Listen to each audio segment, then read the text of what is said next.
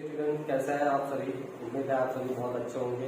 तो आज हम क्लास 10th और चैप्टर 6 त्रिभुज की प्रमेय 6.5 स्टार्ट कर रहे हैं। ठीक है, इससे पहले मैंने 1, 2, 3, 4 प्रमेय अपलोड कर दी है। ठीक है, तो आप लोग उनको भी देख लीजिएगा। तो चलिए आज स्टार्ट करते हैं। 6.5 प्रमेय क्या है? कह रहा है कि यदि एक त्रिभुज का एक कोण दूसरे त्रिभुज के एक कोण के बराबर हो, मतलब क्या है कि कोण ए जो है कोण डी के बराबर है। ठीक है, तथा इन कोणों को अंतर्गत करने वाली भुजाएं समानुपाती होती है। मतलब इस कोण से एक ये भुजा जुड़ी हुई है और एक ये भुजा जुड़ी हुई है। यहाँ पर इस कोण से एक ये भुजा और एक ये भुजा जुड़ी हुई है। ठीक है, तो ये भुजा क्या होगी? इस भुजा के समानुपाती होगी और जो ये भुजा है ये इस भुजा के समानुपाती होगी। ठीक है, तो ये इतनी इंफॉर्मेशन हमें दिया है। तो चलिए इसको नोट कर लेते हैं। ठीक है, क्या दिया है?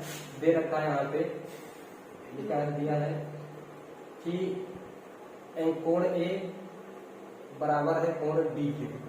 ठीक है, और क्या दे रखा है कि भुजा ए बी अपान डी ई, ठीक, और भुजा ए सी अपान डी एफ, ये चीज हमें दिया हुआ है। ठीक, और हमें प्रूफ क्या करना है? सिद्ध करना है हमें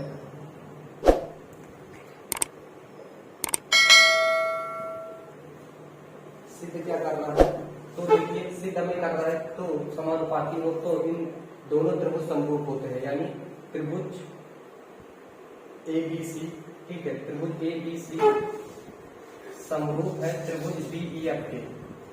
डी ई एफ ये दोनों कैसे हैं? समरूप है। ठीक है, तो चलिए देखते हैं। तो इसमें हमें क्या करना पड़ेगा? रचना करनी पड़ेगी। तो चलिए रचना कर लेते हैं पहले।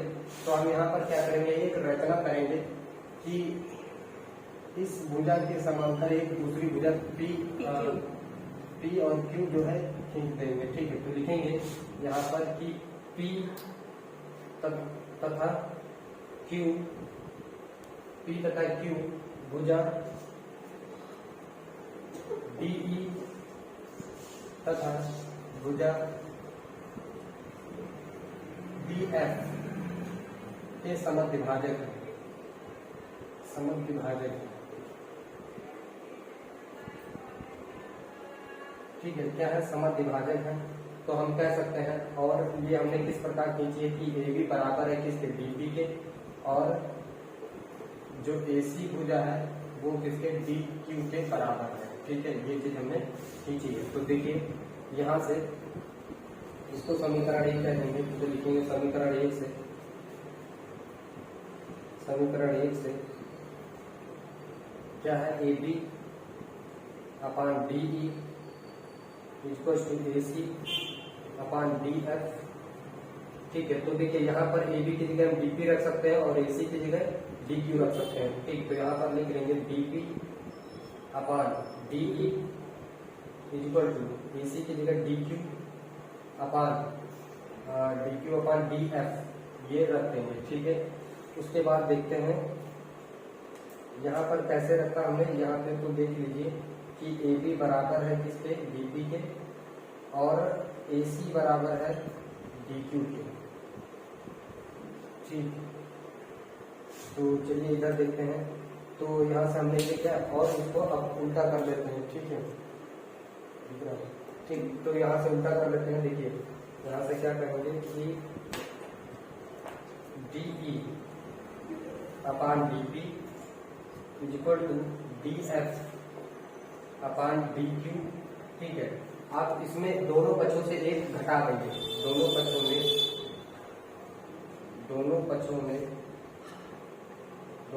से एक घटाने पर,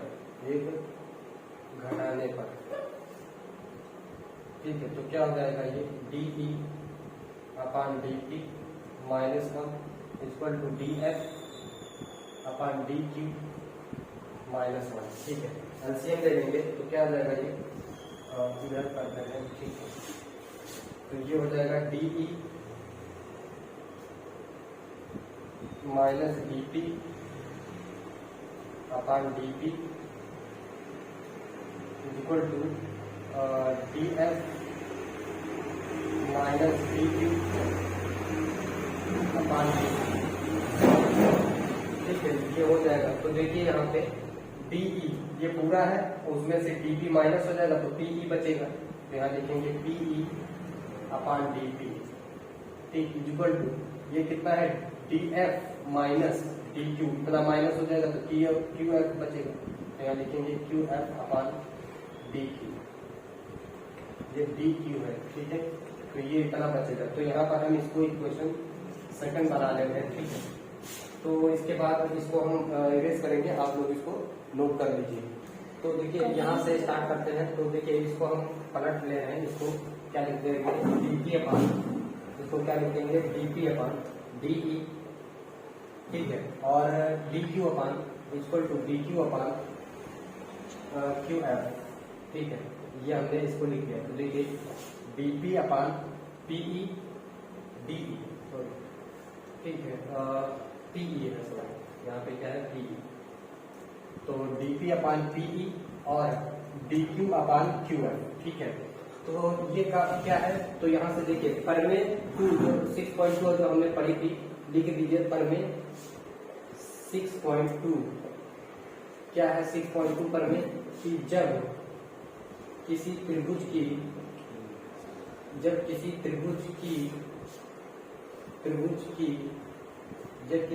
की दो भुजाओं के समद्विभाजक, दो भुजाओं को काटने वाली रेखा किसी तीसरी भुजा के, दो भुजाओं को काटने वाली रेखा किसी तीसरी भुजा के क्या होता है समांतर होती है। ये हमारी प्रमेय है 6.2, समांतर होती है, ठीक है। तो PQ जो है, PQ और EF, PQ तथा EF में PE क्या है, में PE तिर्यक रेखा है, क्या है तिर्यक रेखा है, ठीक। तो कह सकते हैं कि कोण P इक्वल टू कोण E क्या है, संगत कोण है, संगत कोण, ठीक है। एंगल E और एंगल P क्या है, दोनों संगत कोण है। इसी तरह QF, इसी तरह क्या लिखेंगे Q तथा F में PQ तथा EF में जो Q है, जो QF है, QF क्या है तिर्यक रेखा है, ठीक है। तो ये भी क्या होगा कि एंगल Q इक्वल टू होगा एंगल F, क्या है संगत कोण है, क्या है संगत कोण, ठीक है। अब देखिए ये कोण एंगल F और एंगल Q कैसे है, संगत कोण है, ठीक है। तो ये हमारे पास इंफॉर्मेशन आ जाती है, ठीक। और अब हम लेंगे त्रिभुज ABC, है ना, यहाँ से प्रूव करेंगे कि त्रिभुज ABC और DPQ लिखेंगे, त्रिभुज ABC तथा त्रिभुज DPQ में इसमें देखिए त्रिभुज ABC और DPQ में, ठीक। तो क्या कहेंगे कि भाई कोण A बराबर है किसके, कोण D के, ठीक है, कह सकते हैं। और हमने क्या दे रखा है कि इनकी जो भुजाएं हैं, ठीक, ये भुजा AB, ठीक, AB किसके बराबर है, ये दिया है आपको, कोण A बराबर D है, क्या है ये दिया है, ठीक। और AB बराबर क्या है DP, ये आपने रचना से किया था, ऐसा याद कीजिए, पिछले अभी लिखवाया था ना। AB बराबर हमने क्या लिया था, DP लिया था, ठीक। और क्या लिया था AC बराबर हमने DQ को कट किया था, DQ, ये भी क्या लिखेंगे, रचना से। तो यहाँ से देखिए ये रचना से हो गया, ये रचना से, तो लिखेंगे त्रिभुज ए बी सी क्या हो जाएंगे, सर्वांसम हो जाएंगे त्रिभुज डी बी क्यू के। ठीक है, तो और क्या कह सकते हैं, अब हम ये कह सकते हैं कि भाई एंगल ए जो है एंगल डी के तो पहले से ही इक्वल है, इसमें कुछ कहना नहीं। तो जो एंगल बी है वो एंगल पी के बराबर हो जाएगा। एंगल बी जो है एंगल पी के बराबर होगा by C P C T, C P C T.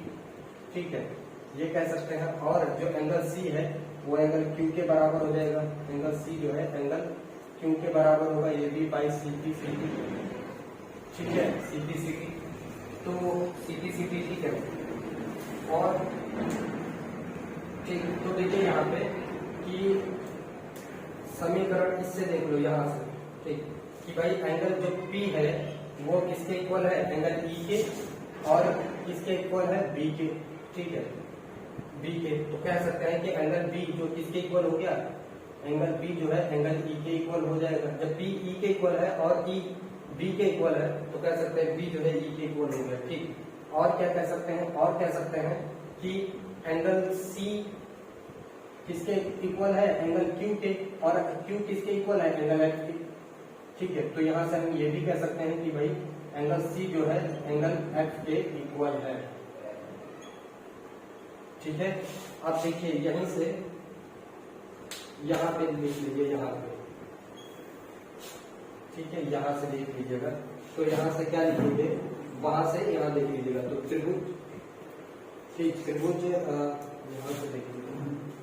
ठीक, त्रिभुज ए बी सी और त्रिभुज डी ई एफ में, ठीक है, तो क्या लिखेंगे, एंगल ए बराबर है एंगल डी के, ये दिया था। ठीक है, और क्या कह देंगे, एंगल बी जो है एंगल सी के, एंगल ई के इक्वल है। ठीक है, ये तो हमने प्रूफ ही किया है, सिद्ध किया है, सिद्ध। तो इस प्रकार क्या हो जाएगा कि त्रिभुज ए बी सी समरूप होगा त्रिभुज डी ई एफ के। बस यही हमें प्रूफ करना है, सिद्ध करना है, यही सिद्ध है। ठीक है, दो यही हमें प्रूफ करना है। तो इसी के साथ अब हम सॉल्व करेंगे एक्सरसाइज 6.3। मिलेंगे नेक्स्ट वीडियो में, तब तक के लिए नमस्कार।